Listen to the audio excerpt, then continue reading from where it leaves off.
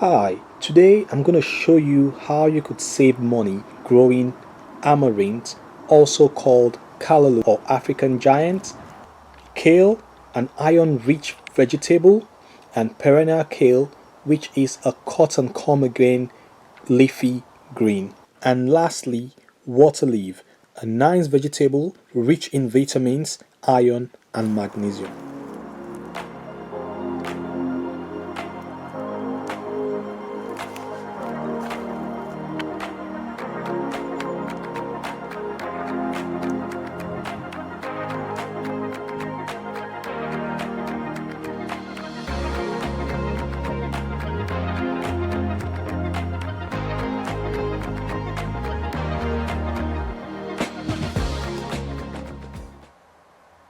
This is water leaf, usually used in lots of African cuisine. It is botanically called Talinum triangulare or Talinum fructicosum. Yeah, I'm not sure if I've pronounced that correctly, but yeah, those are the botanical name, and yeah, I've written it up on the screen for you so you could follow up. Today, I just want to show you how I grow this leafy vegetable in my greenhouse, and how easy it is to propagate this water leaf and grow it in a small container all by yourself, and save yourself some bucks rather than going to buy it from the stores. A small pack of this costs me around between £2 and £3. So I just grow it myself, and all through the summer I have been providing the water leaf that my family needs for the food and soups that we cook. Because I don't have any new stem here, I will just be using what I already have in the pots. So last time I went to the stores, maybe 3-4 months ago, and I bought water leaf, what I then did was I took the stem. I didn't use the seed, because if you're planning to use the seed, it might take a long time for it to germinate and then grow. What I did was, after picking out all the leaves, which I'm going to show you, I then planted the stem into the ground. Okay, I'm just going to try and see if I could show you how this is doing and how many stems are in here. And that's one stem planted, that's two, that's three, that's four, that's five, that's six, that's 7, 8, 9, 10, 11, 12. Yeah, I think it's looking like 12, but I'm setting it was less than that when I planted. Some of them, as you could see, have resprouted, come out from another part of the same stem. This is the original stem I planted. You can see that's the original stem. That's the original stem I planted. But then look at the smaller ones coming out from the sides. Can you see that at the bottom? Right. So I planted not up to 12, but they've become more. Look, another big one. And as I cut them, I don't cut them from the base. I cut them and I leave them so that the roots are still in the ground underneath the compost, and then it resprouts from another end, which you could see here.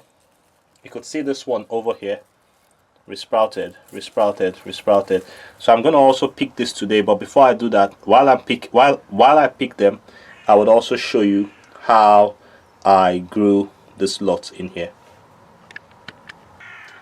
I'm going to be showing you how I harvest the water leaves, and then what I do as regards propagation to get more to grow.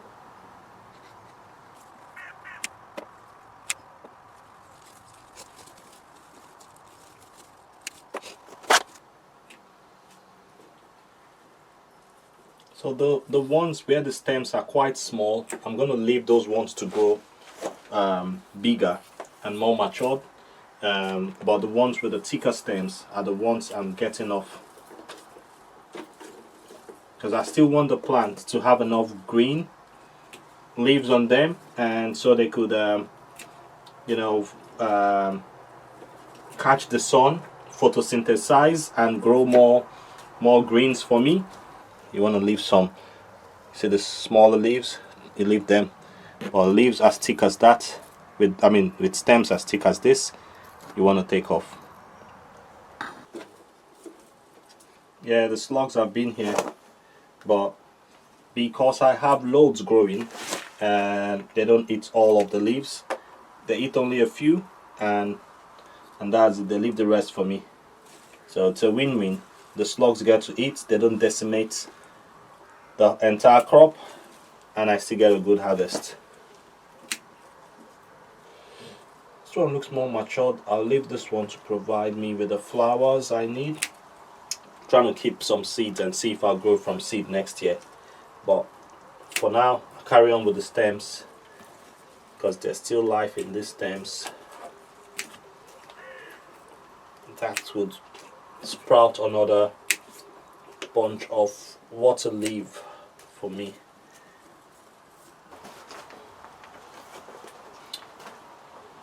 Okay, to propagate water leaf, pinch, pinch, pinch, pinch off, pinch off, pinch. Right up to this point is okay. You could actually just put it straight into your growing spots, but for this one I want some bit of control in its growth, so I'm gonna use a pot for it, a small container. And what I'll do is this: make sure the stem is pointing up. You see all these ends here, they're pointing upward. Where the leaves were before are pointing upwards. You don't want them that way, because then it's growing upside down, right? It's gonna struggle. I'm not even sure it's gonna grow. So you do that. You just use your fingers or anything and create small holes, and then pop this in. You don't want to bury it all in. Pop it in. Leave some of the points where the leaf came out from. Leave them out, because that's where you want the new sets of leaf to start from, right? The new sets of roots. I bury that in the ground. Then all you now have to do is water the plants so that the compost or your growing medium, which could be soil or whatever you have, would bind with the stem of the water leaf, and then that starts the process of it, growing its roots. It's going to take a while. I think it took me about 2 weeks or so in a good weather for it to grow its roots, and then become what I now have over here. And you don't want to do only 2. If you really want to have a good harvest from this, you want to do maybe like 10 or 20 space or more.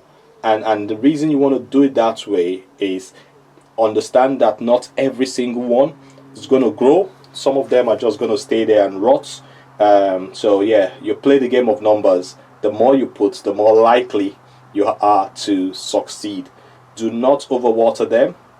Just ensure the growing medium, the compost or your soil, is damp but not too wet and soggy. You need to watch out for that. So I'll show you how I'm going to water this, and then yeah, we'll go from there. All that is left now is watering, and it's best to use a watering can with a rose at the end. Unfortunately, I don't have any around, so I'm just going to pour this straight into it, but make sure I'm not dislodging the stem.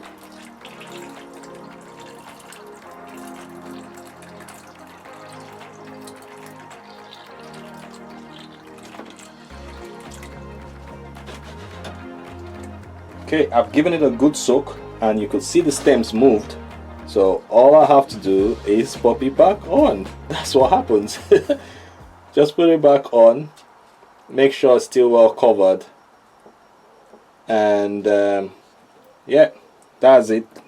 Look at the holes, the water dripping out. You want to make sure that's happening.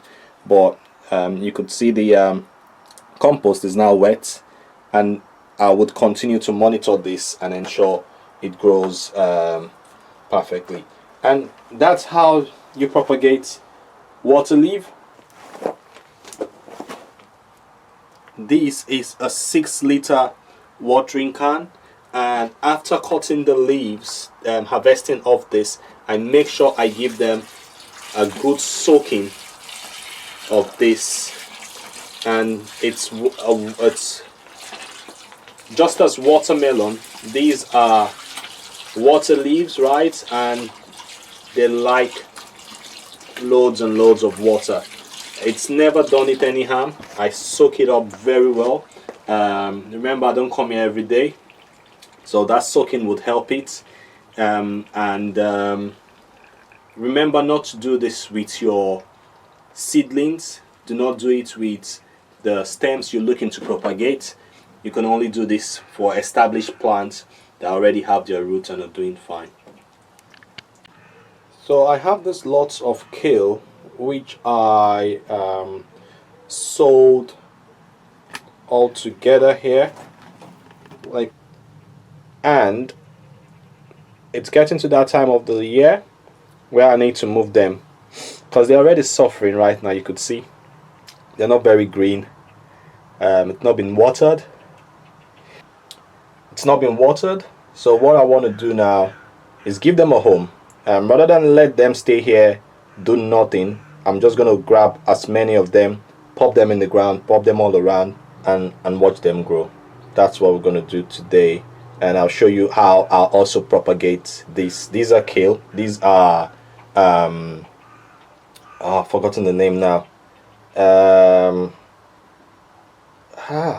Come on, the name's just, I'm just missing it. I do know it. It's the one that they also call dinosaur kale. I think it's not Romanesco. That's something else. When I remember, I'm gonna mention it, but I do know the name. I just can't remember. Callaloo Nero. That's it. Callaloo Nero.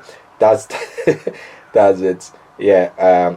There are loads of them in here. Loads of seedlings. I'm gonna make sure I plant every single one of them today. And basically, what I'll do is just pick them up, separate them, and push them into the ground all around, because it's getting to the time now where they should be established and be giving me loads of leaves. This the same lot that I planted earlier. You can see how large they are. Not just one, about 3 of them over here. That's 1, that's 2, that's 3. Those are their brothers. They all started life the same time, but because I didn't move them off the spot, right? Because I didn't move them off the spot, yeah, they're suffering now. They need to go into the ground all around my polytunnel and greenhouse. I'm just gonna pop this all and let them give me something, rather than stay small and stunted this way. Off from the ground, grabbing as much roots as possible, right? You can see the roots, see all of them. So now this one, yeah, separate a bit of it, right? And then they go into the ground. It looks quite brutal, but trust me, they would be fine. That's one more. They would be fine. It's best you do this when the compost is a bit damp, so there's not too much shock. But I've done this loads of time. They will be fine. So I'm gonna move them into a proper space now. That's one lot in the ground. You could see it's in the ground. I just dug the hole, pop it in, and then the next thing you want to do, remember this was really dry when I took it out, so now I want to soak that spot, soak all around it very well, make sure it's soaked properly, and then it starts its life from there. That's the kale planted. Better than it staying where it was. In a few days time, I believe it's gonna be looking like this. right? Maybe not as large as this one, but definitely as healthy as that one. Greener, rather than how it's looking quite pale now. You can see the difference, how it was struggling where it was, while this one's thriving, because this has more space to grow, more space to spread its roots, while that one was suffering in that small container I used in germinating the seeds.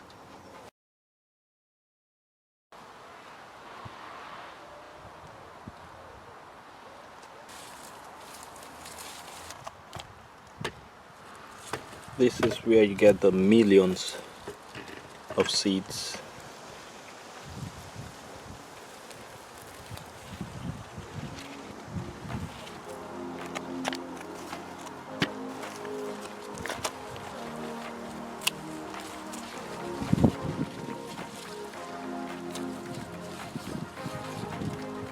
Be careful to cut from the lower end of the stem and not the main stem. So you want to cut off the branches but not the main stem to ensure the plant can regrow.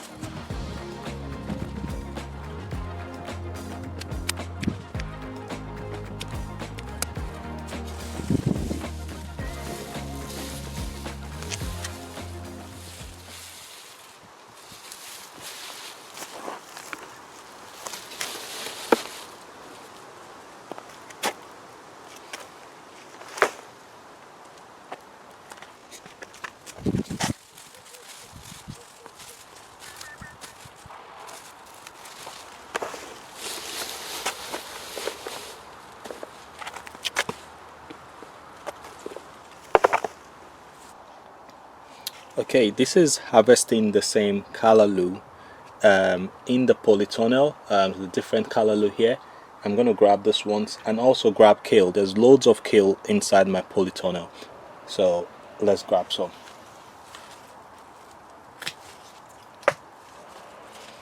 The ones in the polytunnel look smaller, but that's only because I've harvested these like 3 or 4 times, while the one I just harvested, that's outdoors. That's the first time I'm harvesting them. Not as thick as the other one, but still a good quantity. Still a good quantity, right? And there's a few more, but I'll leave those ones to grow larger while I get the kale. And can you see the kale leaves there? So for kale, this is how we harvest. We just break them off. Break off from the side.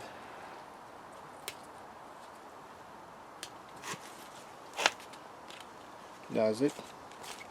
And make sure the plant still has life. That's basically what you want to do. There's another set here. I think I have loads here. So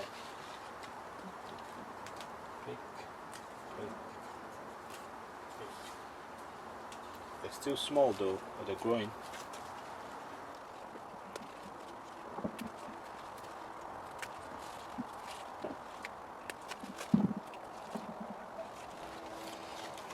Have the cabbage white laying eggs at the back, but just wash it off, it goes off as well.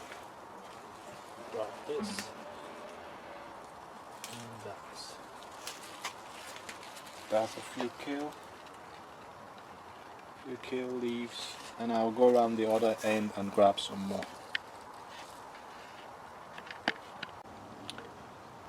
Would you believe me if I tell you this kale's 3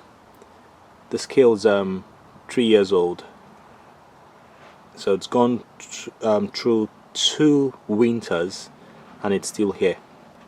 I don't cover it, I don't do anything to it. You could see it's been munched a lot by caterpillars from this cabbage white butterfly. It's been munched a lot, but it's still growing. It's gone through 2 winters, and I think I'm going to leave it this one again and see what happens. Still has life in the roots, life through the plants. That's a kale, 3-year-old kale. So if you take care of your plants well and you don't have things like frost coming in to kill them, yeah, this is what you get. 3 years of kale. And every single time it tries to flower, all I do is cut off the head, and that's an example of where I did that.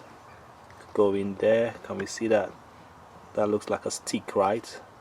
Yeah, it was growing flowers from that point. I just cut it off. And this is many other times I've cut them off. There's another one off there. There was flowers coming off the stem here. I just cut it off, and it kept giving me leaves, and the leaves are still fine. No problems at all with the kale leaves. And that's the end, folks. Thanks for watching this video. If you've enjoyed it, please make sure you subscribe, and I'll see you next time.